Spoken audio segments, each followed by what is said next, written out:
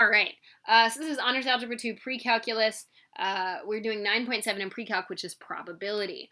So on page 676, we're going to talk about mutually exclusive events.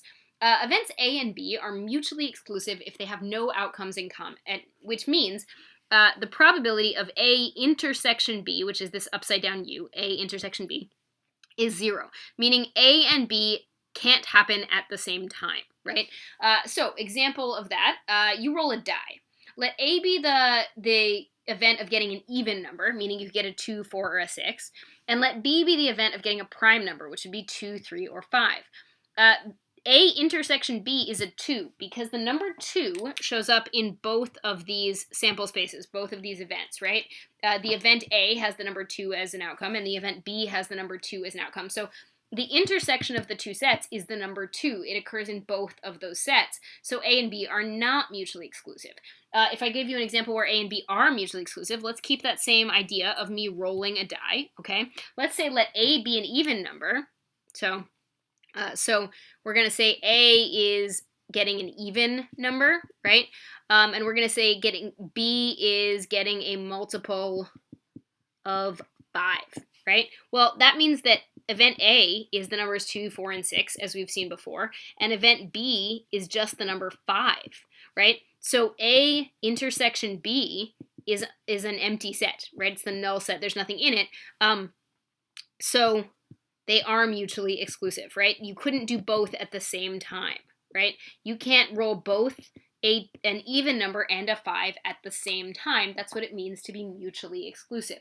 So what we're going to do now is we're going to walk through the way you find the probability of two mutually exclusive events and just two events in general. Okay, so still on page 676, right? So page 676.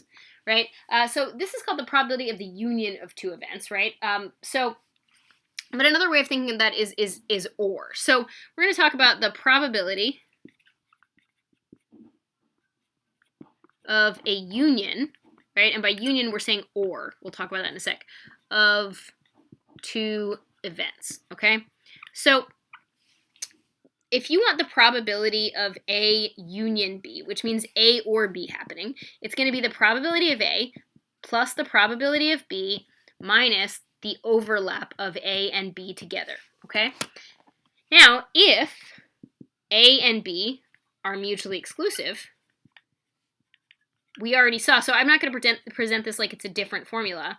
We just saw that if A and B are mutually exclusive, I can spell, okay, then this is 0. So the probability of A union B, meaning A or B, is just the probability of A plus the probability of B.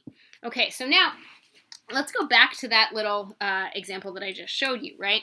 So as an example, right, if I asked you what's the probability that I roll an even or a prime, right?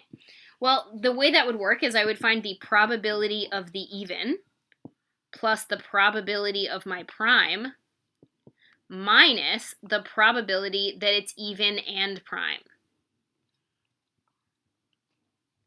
Okay, so the probability that it's both even and prime. So what that would look like, right? We know that if I am flipping, or rather if I'm rolling a 6-sided die, that there are 6 outcomes. Well, there are 3 even numbers, right? There are 3 even numbers, so that's 3 out of 6.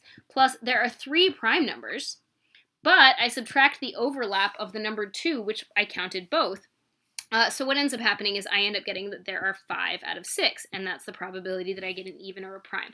But I want to walk you through for a second why you could have logically figured that out if you look at your sample space. The other way to logic this, if you want the probability of getting an even or a prime, right? The other way to figure this out is to look at the sample space, right? Your sample space is a 1, 2, 3, 4, 5, and a 6. And if you look at the favorable outcomes of this whole event, you'd say, okay, I want the numbers that are either evens or primes. Well, 1 is neither even nor prime, but 2 counts. It's even and prime, actually both, right? 3 is prime, 4 is even, 5 is prime, 6 is even. So it's not surprising that the number of items in this event is 5. The only guy that doesn't fit in there is 1, and the number of items in my sample space is 6. So if I had done it that way, my number of favorable outcomes over my total number of outcomes, it would have been 5 over 6 again. So these formulae are helpful, but you don't strictly have to memorize them. You can logic through a lot of probability stuff in your brain.